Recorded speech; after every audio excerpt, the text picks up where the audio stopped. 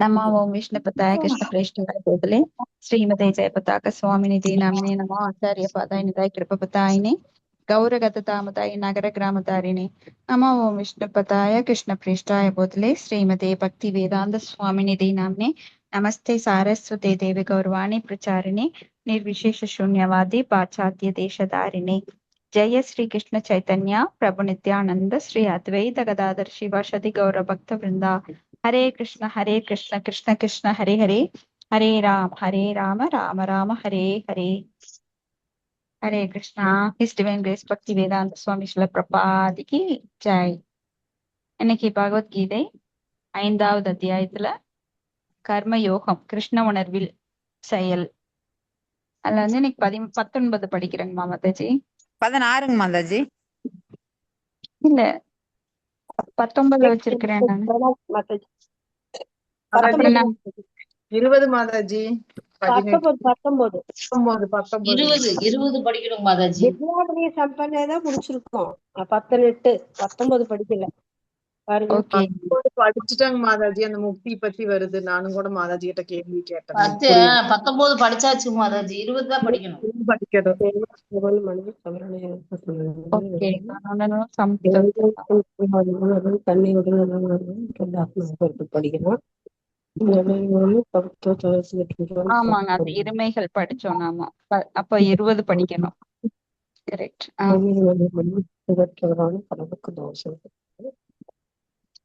ஓம் நமோ பகவதே வாசுதேவாய. ஓம் நமோ பகவதே வாசுதேவாய. ஓம் நமோ பகவதே வாசுதேவாய. ஸ்லோகம் 20 5ல 20. நான் பிரக்ருஷ்யே பிரியம் பிராப்ய நோத்விஜேத் பிராப்ய சாப்ரியம் ஸ்திர புத்திர் அசம்மூடோ பிரம்மவித் பிரக்மணி ஸ்திதஹ. படிக்கிட்டாங்க மாதாஜி. படிங்க மாதாஜி.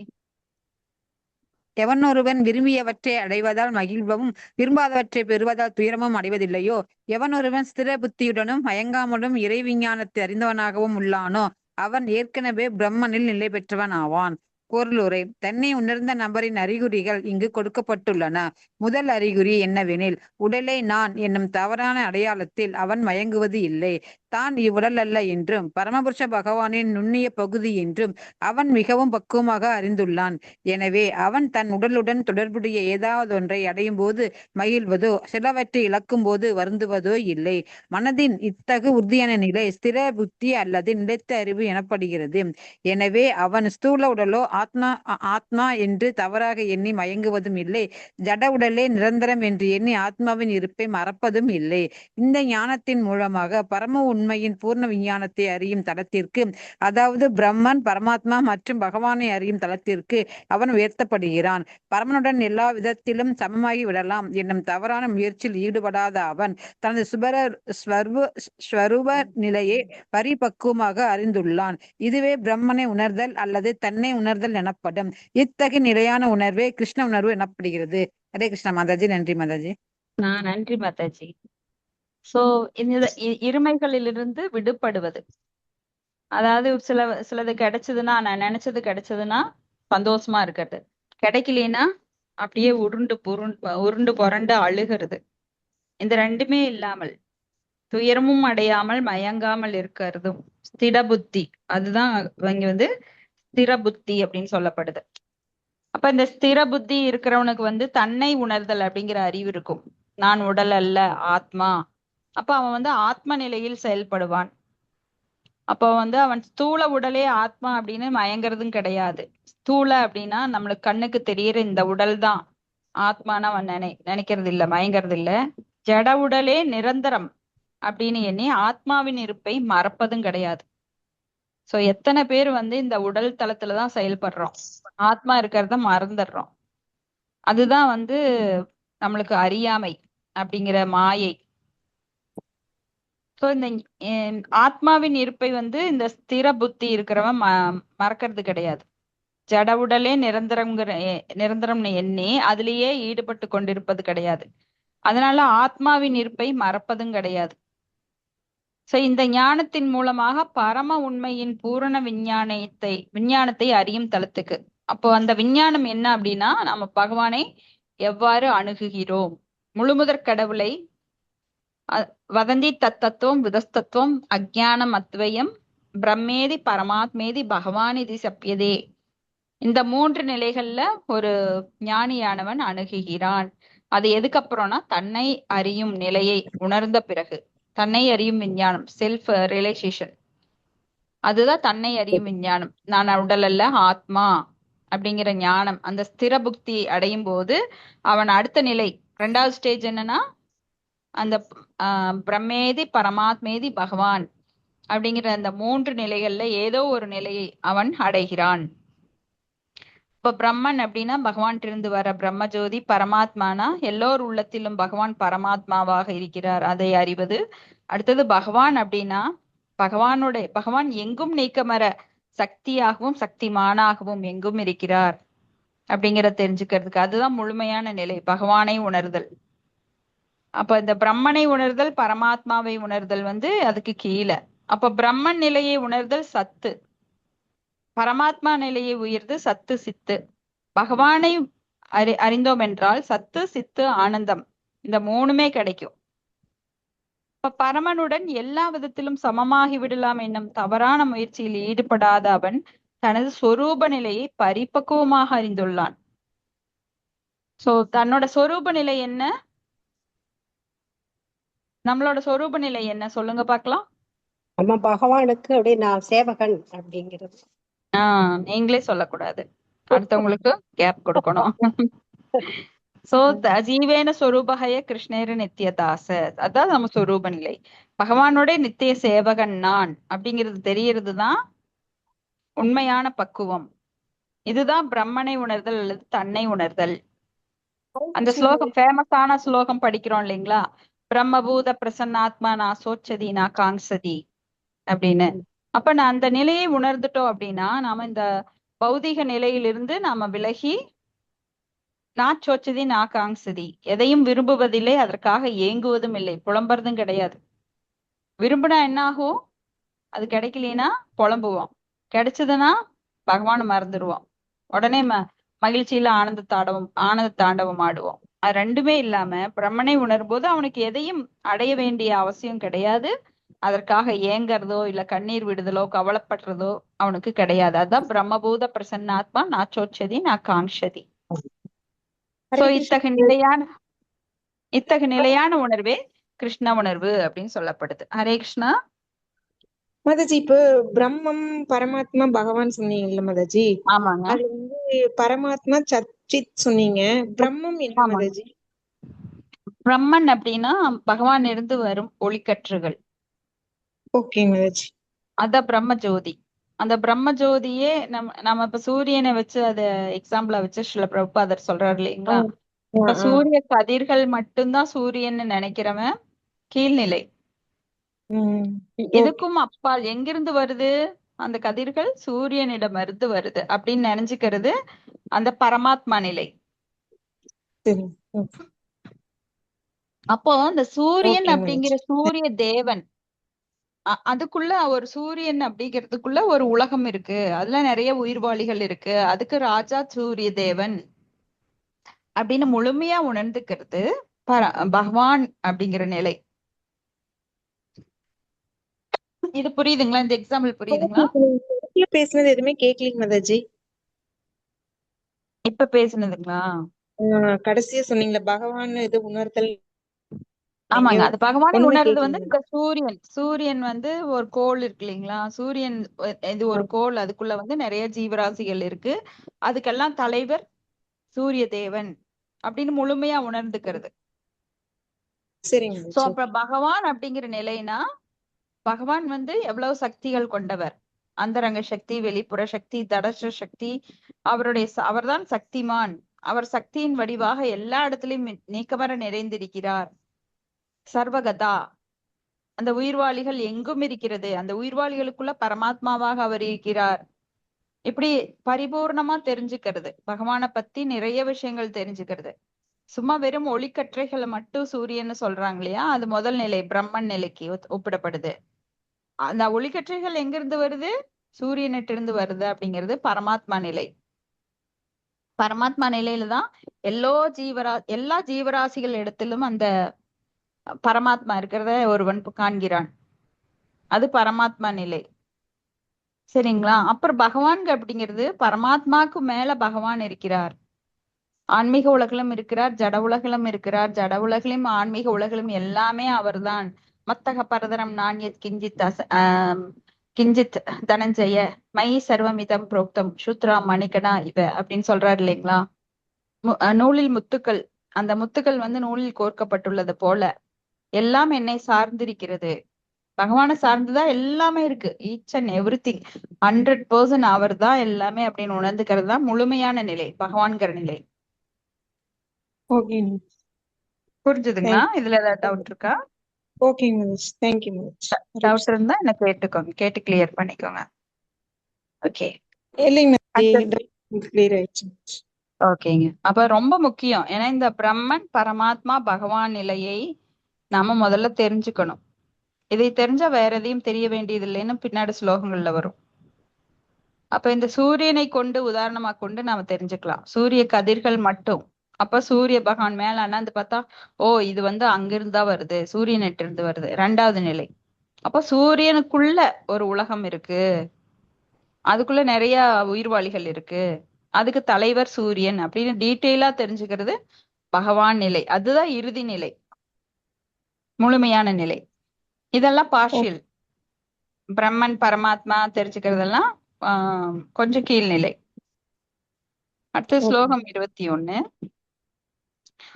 பாஸ்யஸ்பர்சே வசக்தாத்மா விந்தத்யாத்மனே யத் சுகம் சப்ரம்மயோக யுக்தாத்மா சுகம் அஷயம் அஷ்ணுதே. ஹரே கிருஷ்ணா. ஹரிகிருஷ்ண மாதாஜி, நான் படி படி. மொழிபெயர்ப்பு. இத்தகு முக்தி பெற்ற ஆத்மா ஜட புலனின்பங்களால் கவரப்படுவதில்லை. ஆனால் சமாதி நிலையில் எப்போதும் தன்னுள்ளே சுகத்தை அனுபவிக்கின்றான். இவ்விதமாக பரத்தை தியானிப்பதால் தன்னுணர்வு உடையோன் எல்லையற்ற சுகத்தை அனுபவிக்கின்றான். பொருளுரை. மிகச்சிறந்த கிருஷ்ண பக்தரான யமுனாச்சாரியார் கூறுகிறார்.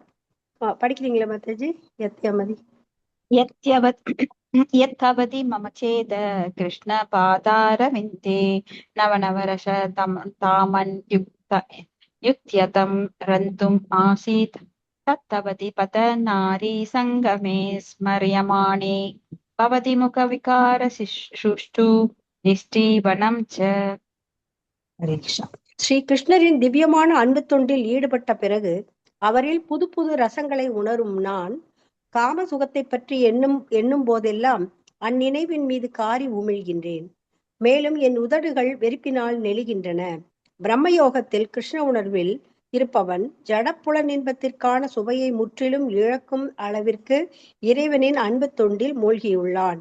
ஜடத்தை பொறுத்த வரையில் காம சுகமே மிக உயர்ந்த சுகமாகும். முழு உலகமும் அந்த மயக்கத்தால் தான் சுழன்று கொண்டுள்ளது. இந்த நோக்கம் இல்லையேல் லௌகீக மனிதரால் செயல்பட முடியாது.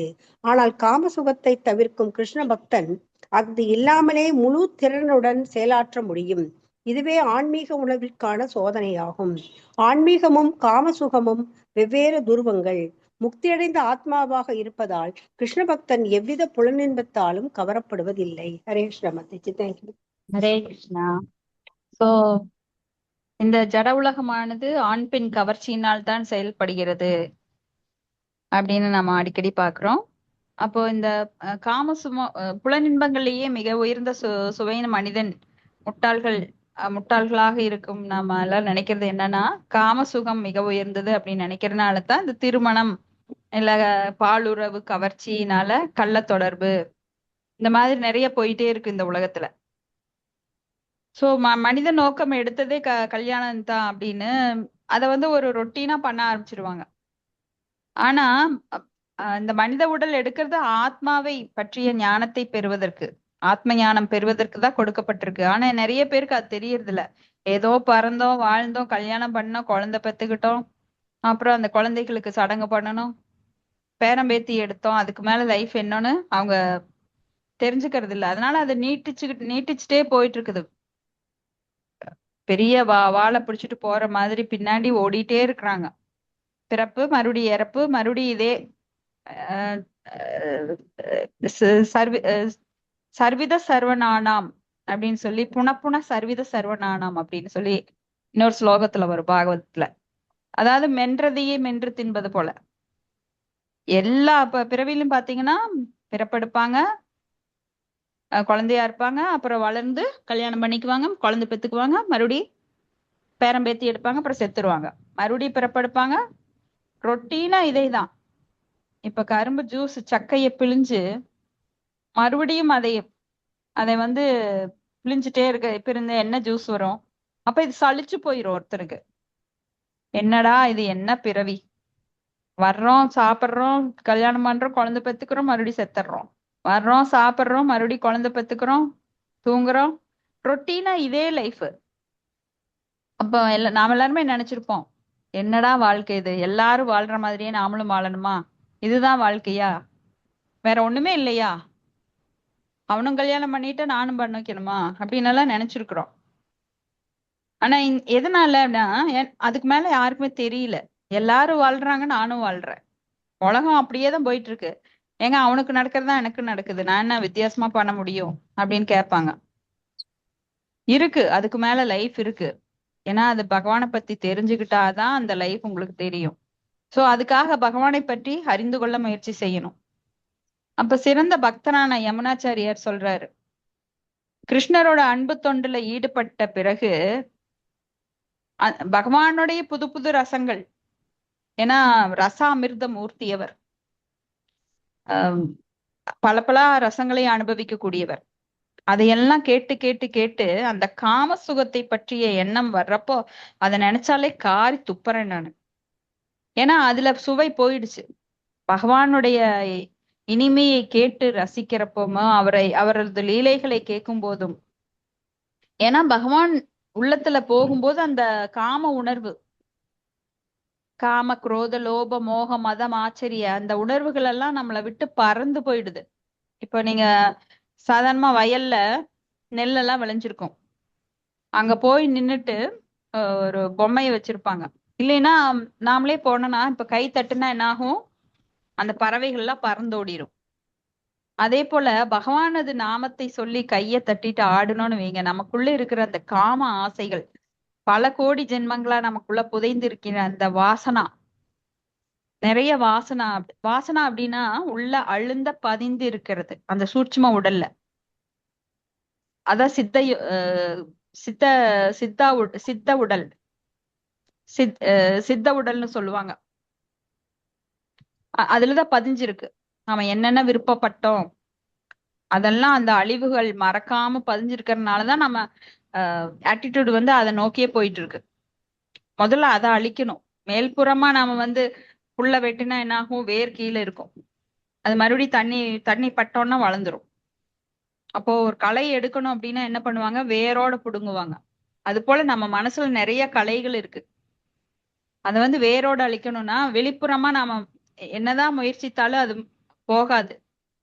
தப்பு செய்யக்கூடாது, பொய் சொல்லக்கூடாது, அதை பார்க்க கூடாது, இதை செய்யக்கூடாது அப்படின்னு நம்ம மனசு சொல்லும். ஆனா அது ஆட்டோமேட்டிக்கா நடந்துரும். ஏன்னா உள்ள களைகள் வேர் இருக்கு. இன்னும் வெளியில நாம வந்து அறுத்துட்டே இருக்கலாம், எவ்வளவு தடவை அறுத்தாலும். அப்ப வெளிப்புற செயல்களை நிறுத்தாம நீங்க என்ன பண்ணணும்னா, ஹரே கிருஷ்ண மந்திரத்தை, அந்த நாமத்தை பல முறை உச்சரிக்க உச்சரிக்க அது வேரோடு அழிந்து விடும். கூடம் பீஜம் எல்லாமே போயிரும். இதுதான் கர்ம யோகத்துல நம்மளுக்கு கிருஷ்ணர் சொல்றாரு. அதை இன்டெப்தா புரிஞ்சுக்கணும். 2வது அத்தியாயத்துல நாம கர்ம யோகம் அப்படின்னா பாவ செயல்களை செய்யக்கூடாது.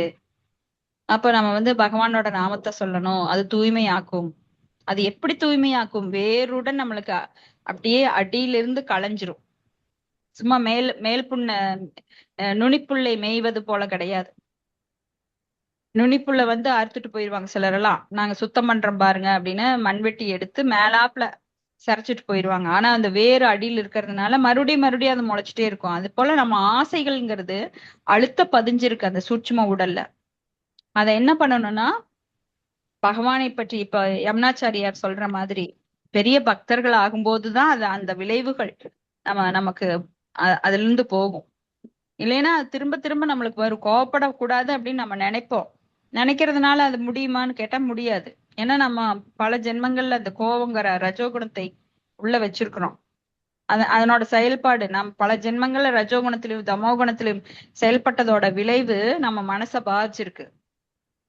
அந்த பாதிச்ச மனசு கிளீன் பண்ணணும். அதுக்கு மகா மந்திரத்தை நிறைய உச்சரிக்கணும். அப்ப தூய பக்தர்கள் ஆக முடியும். தூய பக்தர்கள் ஆனாத்தான் அந்த யமுனாச்சாரியர் மாதிரி இந்த காம உணர்வுகளை சீச்சி அப்படின்னு காரி துப்ப முடியும். ஏன்னா உயர்ந்த சுவை கிடைக்கும் போது தாழ்ந்த சுவை நம்மை விட்டு தானா போயிருது. சோ இறைவனின் அன்பு தொண்டில் மூழ்கியுள்ள அவங்களுக்கு எல்லாமே இந்த சிற்றின்பங்கள் அப்படிங்கிறது காரி துப்புற மாதிரி தான் இருக்கு. இப்ப ஜடத்தை பொறுத்த வரைக்கும் காம சுகம் தான் பெரிய பெரிய சுகமா நினைக்கிறாங்க. முழு உலகமும் அந்த மயக்கத்தில் தான் சுழன்று கொண்டிருக்கிறது. இந்த நிலை இந்த நோக்கம் இல்லையில் இந்த மனிதனால் செயல்பட முடியாது. ஆனால் காம சுகத்தை தவிர்க்கும் கிருஷ்ண பக்தன் அது இல்லாமல் முழு திறனுடன் செயலாற்ற முடியும். ஏன்னா கிருஷ்ண பக்தனுக்கு எப்பவுமே அந்த கிருஷ்ண உணர்வு இருக்கிறதுனால அவன் எப்பவுமே தன்னை தூய்மையா வச்சுக்கிறான், மனதாலும் சரி உடலாலும் சரி. ஏன்னா அவன் மனசுல களங்கம் கிடையாது, திடப்பிரக்ஞன். அவன் நல்ல ஒரு ஸ்ட்ராங்கான ஆளா இருக்கான். வெளியில பார்த்தா நம்ம எல்லாரையும் போலதான் தோணும், ஆனா அவன் உணர்வு நல்லா தூய்மையா இருக்கும். அதனால உணர்வால அவன் கலங்கப்பட முடியாது. அப்படியே களங்கம் வந்தாலும் அந்த கிருஷ்ணர் அதை உள்ளிருந்து புலன்களின் அதிபதியான அந்த ரிஷிகேசர் அவங்ககிட்ட இருந்து அந்த உணர்வை எடுத்துருவார். இதுவே ஆன்மீக உணர்வுக்கான சோதனையாகும். ஆன்மீகமும் காம சுகமும் வெவ்வேறு துருவங்கள். ரெண்டுமே இப்ப ஒரு ஆண் பெண் இன கவர்ச்சி அப்படிங்கிறது சட்டப்பிரகாரம் கல்யாணம் பண்ணிட்டா அதெல்லாம் ஒண்ணும் கிடையாது அப்படின்னு எல்லாம் கிடையாது. கல்யாணம் பண்ணிட்டா எப்ப வேணா காம உணர்வை எடுத்துக்கலாமா? அது ரொம்ப தப்பு. அதுக்கு யாரு சாட்சி? நம்ம பாகவத்துல படிச்சோம். பாகவத்துல நான் படிச்சுட்டு வந்தோம். இவரு கஷ்யப்ப தேவபூதி இல்ல, திதி. திதி சரி திதி திதி திதி கஷ்யப்ப முனிவர். அவங்களுக்கே அவ்வளவு தவறு வந்திருக்கு. ஆனானப்பட்ட முனிவருக்கே அந்த தவறு வந்திருக்குன்னா நாமெல்லாம் எவ்வளவு ஏமாத்துறோம். அதானே குழந்தைகளுக்கு சொல்லி கொடுக்கணும். இன்னைக்கெல்லாம் இளம் பருவத்துல இருக்கிற வாலிபர்கள் மங்கையர்கள் என்ன பண்றாங்கன்னா கல்யாணம் பண்ணிக்க அந்த சட்டம் கூட கிடையாது அவங்களுக்கு. லிவ் டுகெதர், கல்யாணம் பண்ணிக்காமையே ஒட்டுக்கா வாழ்றது. அப்புறம் கந்தர்வ கல்யாணம், முதல்லயே எல்லாம் முடிச்சுட்டு அப்புறம் கல்யாணம் பண்றது. இல்லைன்னா பல ஆண்களுடன் இருந்துட்டு அப்புறம் கல்யாணம் பண்றது. இந்த மாதிரி சட்டம் கூட இப்ப ஒழுங்கா கிடையாது. அந்த காலத்துல சட்டம் கல்யாணம் பண்ணிட்டாவது அந்த காம உணர்வை இது பண்ணிட்டாங்க. ஆனா இன்னைக்கு சட்டப்பூர்வமே இல்லாம நிறைய நடந்துட்டு இருக்குது. அதனால குழந்தைகளுக்கு ரொம்ப வேண்டிய சப்ஜெக்ட் இதெல்லாம். ஆனா இந்த கவர்மெண்ட் என்ன பண்ணுது, அதெல்லாம் சொல்லி தர்றது கிடையாது. இதெல்லாம் படிச்சாங்க அப்படின்னா அந்த யவனம் இந்த நடுத்தர வயசுல எப்படி வாழ்வது, சட்டப்பிரகாரம் எப்படி, அதுக்கெல்லாம் நேரம் இருக்கு, நிறைய விதிமுறைகள் இருக்கு, கர்ப்பதான சமஸ்காரம், இதெல்லாம் தெரிஞ்சுக்கிட்டாங்கன்னா எவ்வளவு நல்லது பாருங்க. ஏன்னா பகவானோட நாமத்தை உச்சரிக்கும் போது அந்த குழந்தைகளுக்கும் அந்த தூண்டுதல் வராது. இப்ப வயசுக்கு வந்துட்டாங்க அப்படின்னாலே அவங்களுக்கு பல ஹார்மோன் சேஞ்சஸ் நடக்குது. இயற்கையாகவே அந்த உந்துதல் வந்துரும். அப்ப சரியான சமயத்துல கல்யாணம் பண்ணாத வரைக்கும் பெற்றோருக்கு பாவம் கூடிட்டே இருக்கும். அந்த காலத்துல எல்லாம் 16 வயசுக்கு வந்தோடனே கல்யாணம் பண்ணுவாங்க. ஏன்னா அந்த இளைஞர்களுக்கும் அந்த பிள்ளைங்களுக்கும் அந்த உணர்வு வந்துரும். அதுதான் வேதம் சொல்லுது. சரியான வயசுக்குள்ள அவங்களுக்கு கல்யாணம் பண்ணி வைக்கலன்னா எத்தனை தூரம் இழுக்கிறாங்களோ அத்தனை தூரம் அந்த பாவம் அவங்களுக்கு வருமா பெற்றோருக்கு. சரி, அப்போ இதுவே ஆன்மீக உணர்வுக்கான சோதனை. ஆன்மீகமும் காம சுகமும் வெவ்வேறு துருவங்கள். சோ எப்பவுமே காம இச்சையில ஈடுபடுறது, கல்யாணம் பண்ணியாச்சு லைசன்ஸ் இருக்கு அப்படின்னு இந்த உடலை மிஸ்யூஸ் பண்ணக்கூடாது. அதுக்கு ஒரு எல்லை இருக்கு. சோ கிருஷ்ணா கான்சியஸ்ல இருக்கிறவங்க ஒரு குழந்தையை பெத்துக்க மட்டும்தான் உடலுறவு கொள்வாங்க. அது கிருஷ்ணருக்காக, அந்த குழந்தையை பெத்துக்கிறதுக்காக.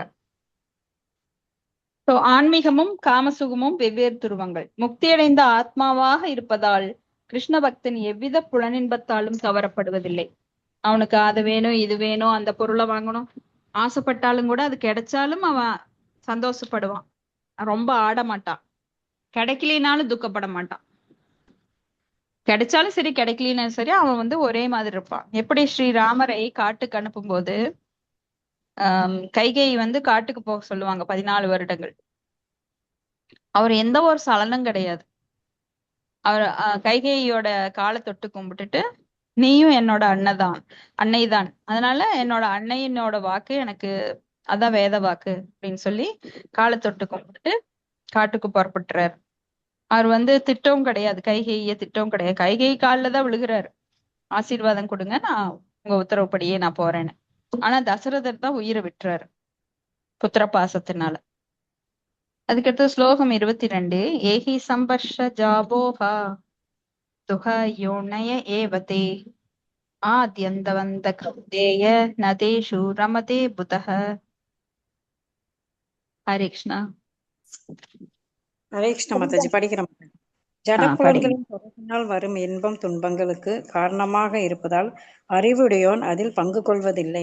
குந்தியின் மகனே, இத்தகு இன்பங்களுக்கு ஆரம்பமும் முடிவும் இருப்பதால் அறிவுடையோன் இவற்றில் மகிழ்ச்சி அடைவதில்லை. பொருளுரை. பௌதீக புலன்களின் தொடர்பால் உண்டாகும் பௌதீக புலனின்பங்கள் தற்காலிகமானதாகும். ஏனெனில் உடலே தற்காலிகமானதே. முக்தி பெற்ற ஆத்மா நிலையற்ற எதிலும் ஆர்வம் கொள்வதில்லை. திவ்யமான ஆனந்தத்தின் மகிழ்ச்சியினை நன்றாக அறிந்துள்ள முக்தி பெற்ற ஆத்மா பொய்யான இன்பத்தை துய்ப்பதற்கு எவ்வாறு சம்மதிக்க முடியும்? பத்ம புராணத்தில் பின்வருமாறு கூறப்படுகிறது. மாதாஜி ஸ்லோகம். ரமந்தே யோகினோ அனந்தே சத்யானந்தே சித் ஆத்மனி இது ராமபதேன நாசோ பரம் பிரம்மாயி தீயதே. யோகிகள் பூர்ண உண்மையிடமிருந்து அளவற்ற இன்பத்தை அடைகின்றனர். எனவே பரம பூர்ண உண்மையான முழுமுதல் கடவுள் ராமா என்று அறியப்படுகின்றனர். ஸ்ரீமத் பாகவதத்தில் 5.5.1 பின்வருமாறு கூறப்படுகின்றது. இந்த ஸ்லோகத்தை ரிஷபதேவர் சொல்றார்.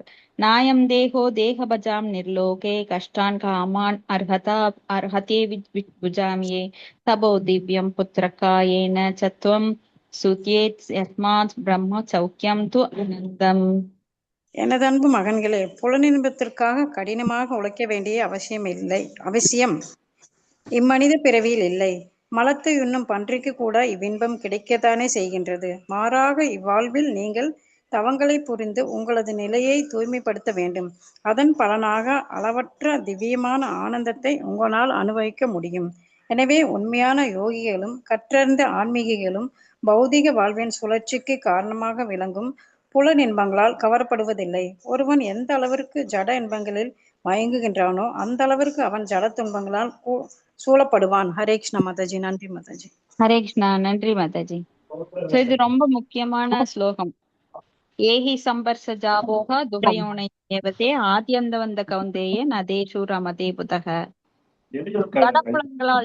ஜடப்புலன்களின் தொடர்பினால். மாதாஜி யாருது?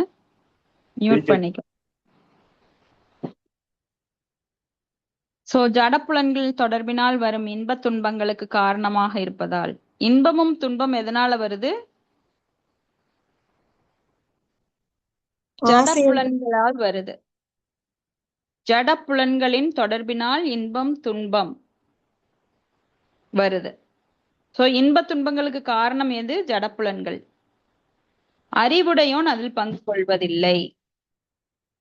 சோ ஜடப்புலன்கள்ல நாம எவ்வளவு அதிகமாக நம்ம தேகாபிமானத்தில் செயல்படுகிறோமோ. தேகாபிமானம்னா என்ன? நான் இந்த உடல், ஆத்மா கிடையாது. இந்த உடலுக்கு நிறைய சௌகரியம் பண்ணணும், இந்த உடல் வந்து சுகமா இருக்கணும், ஏசி வேணும், எனக்கு கார் வேணும், எனக்கு பங்களா வேணும் அப்படின்னு இந்த உடம்புக்கான சுகங்களை தேடி அலைய அலைய என்ன ஆகுதுன்னா அது இன்பமாகவும் துன்பமாகவும் மாறி மாறி வருது. அதுக்கு ஒரு முடிவே கிடையாது, ஆரம்பம் கிடையாது, முடிவும் கிடையாது. அதனால அறிவுடையோன் இதில் மகிழ்ச்சி அடைவதில்லை, இவற்றால் மகிழ்ச்சி அடைவதில்லை. நீங்க எவ்வளவு தூரம் புலன்களுக்கு சேவை செய்ய நினைக்கிறீர்களோ அவ்வளவு தூரம் நீங்க வந்து புதைக்குழியில் ஆழமாக காலை அழுத்துகிறீர்கள். நீங்க இன்பம் தேடுறதுக்கு ஒரு எல்லையே கிடையாது. இன்பத்தை தேடணும் தேடணும்னா சும்மா வராது. உங்களுக்கு தெரியுமா, ஒரு குழந்தை பெத்துக்கணும் அப்படின்னா அதுக்கு அவ என்ன பண்ணணும், கணவனுக்கு சேவை பண்ணணும். சேவை பண்ணி குழந்தை வயித்துல உண்டான உடனே அவளுக்கு என்ன ஆகும்னா சிலதெல்லாம் பிடிக்காது, வாந்தி வரும். அந்த குழந்தைய 9 மாசம் சுமக்கிறது ரொம்ப ரொம்ப ரொம்ப கடினம். அப்படியே அவ லெஃப்ட்ல திரும்பி படுக்க முடியாது, ரைட்லயே திரும்பி படுக்க முடியாது, நேராவும் படுக்க முடியாது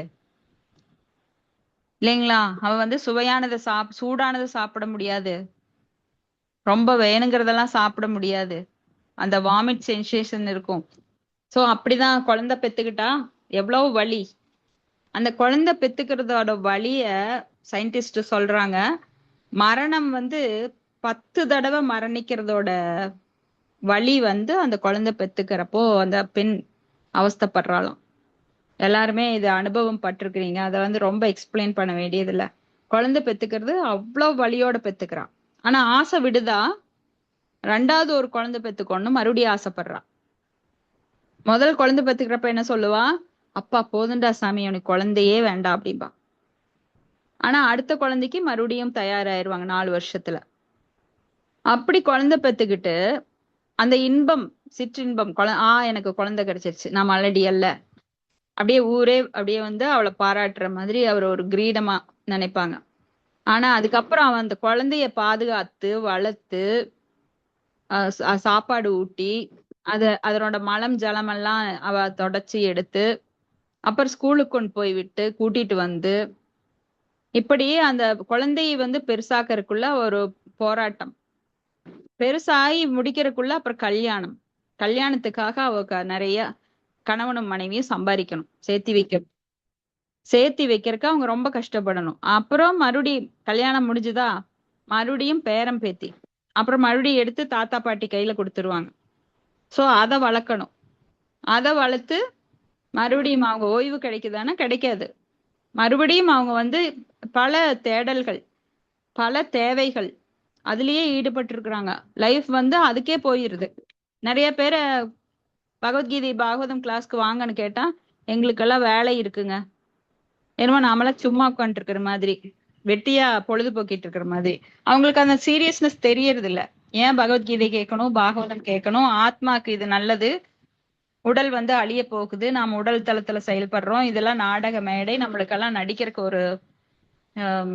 ஒரு இது கொடுத்துருக்காங்க, அதுலதான் நடிச்சிட்டு இருக்கோம் அப்படிங்கறதெல்லாம் அவங்க உணர்றது கிடையாது. அந்த ஆக்டர்ஸ் அந்த நாடக மேடை விட்டு இறங்கி உண்மையான நிலையை அறியணும், உண்மையான நிலையில் திரும்பி போகணும்னு நினைக்கணும். அந்த நாடக மேடையிலேயே செட்டில் ஆயிட்டாங்க. அது போல நிறைய பேர் நினைக்கிறாங்க உலகத்துல இதுதான் என்னோட ரோல் அப்படின்னு நினைச்சுக்கிட்டு அதுலயே நடிச்சுக்கிட்டே இருக்காங்க. ஆனா உண்மை உடம்பு நிலையில தான் பாக்குறாங்களோ ஒழிய அந்த ஆத்ம நிலையில ஆத்மா மாறாதது. நயனம் சிந்தந்தி அஸ்திராணி நயனம் தகதி பாவக அப்படி அதெல்லாம் அவங்களுக்கு தெரியறது இல்ல. சோ இங்க ரிஷபதேவர் தன் மகன்களுக்கு சொல்றார், எனது அன்பு மகன்களே, புலனின்பத்திற்காக கடினமாக உழைக்க வேண்டிய அவசியம். ஏன்னா ஒண்ணு கிடைக்கணும் அப்படின்னா நீங்க என்ன பண்ணணும், பாடுபடணும். ஒரு வீடு கட்டணும்னா அதுக்காக நிறைய சேமிக்கணும், அதுக்காக நிறைய பெரிய பிசினஸ் பண்ணணும், நிறைய லாபம் சம்பாதிக்கணும், அதுக்காக பொய் பேசணும், டாக்ஸ் கட்டுறதெல்லாம் ஏமாத்தணும், ஆடிட்டர் வச்சு எப்படியெல்லாம் ஏமாத்தலாம். சோ நிறைய லாபம் சம்பாதிக்கணும்னா அதுல ஏமாத்தணும். சோ எவ்வளவோ கஷ்டப்பட்டு கடைசியில அந்த புலனின்பத்தை அனுபவிக்க முயற்சிக்கிறீங்க. ஆனா அது முடியாது. யாரையாவது நான் அனுபவிச்சிருக்கேன், நான் சேர்த்ததெல்லாம் நான் அனுபவிச்சிருக்கிறேங்கிறவங்க சவால் விடலாம். அப்போ ஒண்ணு கிடைக்கணும்னா நீங்க அந்த அளவு கஷ்டப்படணும். எப்படி ஒட்டகம் அந்த முள்ளை சாப்பிட்டு அதனோட ரத்தத்தையே அது அருந்துதோ அது போல நிறைய கஷ்டப்பட்டு நான் அனுபவிக்கிறேன்னு நினைச்சுக்கிட்டு அனுபவிச்சுட்டு இருக்காங்க. ஆனா தேவையே இல்லையே. சில பிரபுபாதர் சொல்றாரு, 1 ஏக்கர் நிலம் இருந்தா போதும், ஒரு மாடும் ஒரு கன்றுக்குட்டி ஒரு எருது இருந்தா போதும், அவனோட தேவையை அவன் நிறைவேற்றி கொள்ளலாம். படுக்கிறது வீதியில படுத்தா இங்க பாருங்க, அவங்களுக்கெல்லாம் எதிர்ப்பு சக்தி நிறைய இருக்கும். இந்த வீதியில குழந்தைகளை வச்சுட்டு கூடாரம் போட்டுட்டு படுத்திருக்காங்க பாருங்க, இல்ல வெறும் பிளாட்ஃபார்ம்ல படுத்திருக்காங்க பாருங்க, அவங்களுக்கெல்லாம் எதிர்ப்பு சக்தி நிறைய இருக்கும். ஆனா பங்களால இருக்கிறவனுக்கு பாருங்க பயங்கரமான நோயெல்லாம் இருக்கும், கேன்சர் இருக்கும், அட்டாக் இருக்கும், ப்ரெஷர் இருக்கும், சுகர் இருக்கும். ஆனா அவங்களுக்கு எதுவுமே இருக்காது. சோ வாழணும்னு நினைச்சா நம்ம சிம்பிளா வாழலாம். சிம்பிள் லிவிங், ஹை திங்கிங், உயர்ந்த எண்ணங்களுடன் எளிமையாக வாழலாம். ஆனா போட்டி போட்டுக்கிட்டு மனுஷனுக்கு மனுஷன் நான் அதை வாங்குறேன் இதை வாங்குறேன்னு இயந்திரமயமான இந்த உலகத்துல இயந்திரத்தனமா ஓடி கடைசியில இயந்திரத்தனமா செத்தும் வச்சிடறான். கடைசியில அவன் எங்க போறான்னு கூட தெரியல. நரகமா சொர்க்கமா 14 லோகங்கள்ல எங்க போகணும் ஒரு எய்ம் கிடையாது. சோ இங்க ரிஷபதேவர் சொல்றாரு அவங்க பசங்களுக்கு, மலத்தை உண்ணும் பன்றிக்கு கூட இன்பம் கிடைக்கத்தானே செய்கிறது. Eating matting. சோ அதுவும் புலனின்பத்துல ஈடுபடுது. மனுஷனும் அதுலதான் இருக்கான். ரெண்டுக்கும் என்ன வித்தியாசம்? பன்றியும் அதைத்தான் செய்யுது, நீயும் அதைத்தான் செய்யற. அப்போ நீங்க என்ன பண்ணுங்கன்னா, இவ்வாழ்வில் நீங்கள் தவங்களை புரிந்து உங்களது நிலைமையை தூய்மையாக்க வேண்டும். அதன் பலனாக அளவற்ற திவ்யமான ஆனந்தத்தை உங்களால் அனுபவிக்க முடியும். சோ இங்க ஆனந்தம் அப்படின்னா ஆத்மாவுக்கு, ஆத்மாக்குரியது ஆனந்தம், உடலுக்குரியது இன்பம், மனசுக்குரியது மகிழ்ச்சி. அதெல்லாம் மகிழ்ச்சி இன்பங்கிறதெல்லாம் சோப்பு குமிழ் மாதிரி சீக்கிரம் உடைஞ்சு போயிரும். அது நிலைக்காது. இன்னைக்கு நான் ஒண்ணு வாங்குறேன், 4 நாள் அந்த நெக்லஸ போட்டேன்னா எனக்கு அது மேல ஒரு வெறுப்பு வரும். சே, எப்ப பாரு இதையே போட்டுட்டு புது டிசைன் ஒண்ணு வாங்கலாம். எல்லாரும் இதையவே பார்த்து கேக்குறாங்க. இது ஒண்ணுதான் இருக்கா உங்ககிட்ட? ஒரு சாரி ஒரு 1,00,000 ரூபா 50 ரூபாய்க்கெல்லாம் இன்னைக்கு 50,000 1,00,000 போட்டு 1,00,000 2,00,000 எல்லாம் போட்டு நிறைய நடிகர்கள் கேட்கவே வேண்டாம். 50,000 60,000 50 லட்சம் அப்படியெல்லாம் போட்டு சாரி வாங்குறாங்க. அதை ஒரு தடவை கட்டுவாங்க மேடையில, போட்டோகிராஃபர்ஸ் நிறைய போட்டோ எடுக்கிறாங்க. அதை மறுபடியும் கட்ட முடியாது, கட்ட மாட்டாங்க. ஏன்னா அவங்க எல்லாம் ரொம்ப ஃபேமஸான ஆளுங்க. அதையவே கட்டுறையாங்கிற அளவுக்கு கேவலமாயிரும். ஸோ எவ்வளவு இன்வெஸ்ட் பண்றாங்க அதுல எல்லாம். சாதாரண ஆட்களே அதை தான் பண்றோம். ஒரு பட்டு சாரி வாங்கினா மறுபடியும் ஒரு 4 தடவை கட்டினா 5வது கல்யாணத்துக்கு அதை கட்ட மாட்டோம்.